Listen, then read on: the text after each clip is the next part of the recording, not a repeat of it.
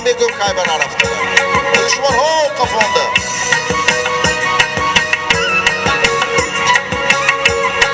یعنی که شما آف دوستان نه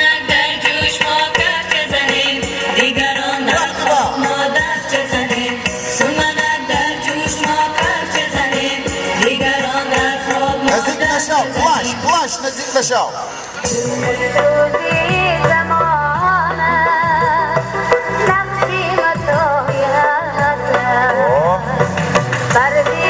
کفا که سیه باشه کفا مادا سیه باشه کفا ما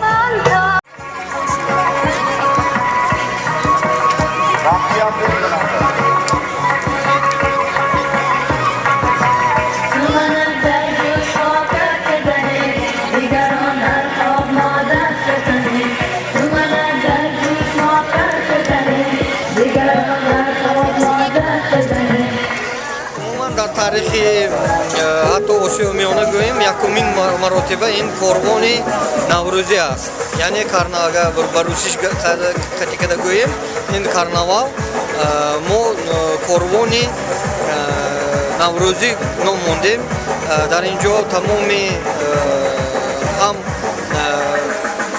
دانشجویان هم کارمندان هم ساحه صنعت هم کشاورزی دیگر همه ساحه‌های جبهه خواجگی خلق در اینجا اشتراک میکنند آنها با موفقیت‌های خود با رقص و بازی و عنعنه‌های ملی خود برآمد میکنند و در مهمانی ما از دور و نزدیک آمدگی‌ها میتوانند از نزدیک با عنعنه ملی ما شنا شوند. در همین مرکز شهر میگذارد جایی که تمرین میشه. در همین جا حاضر نقشه داریم که در همین جا گذرد برای اینکه این یک کارناوال چخیلی که گفتیم کارناوال یا که کاروان گفتیم کاروان باید که از یک کوچه کلانی بگذرد.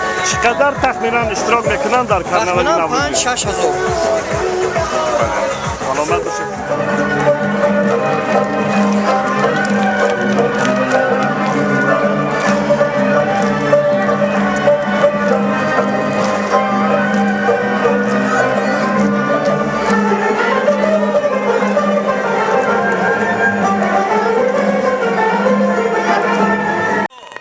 سامانیان چون رمزی شکوه میلاد احیا کردند مرا پیشوای میلاد چون شفقتی عالمگیر جهانی ساخت و من از سیر جهان با گلگردان نوروزی با کاروان نوروزی که جهازش همه خوشی و خوبی و مهر و مغروبی است آمدم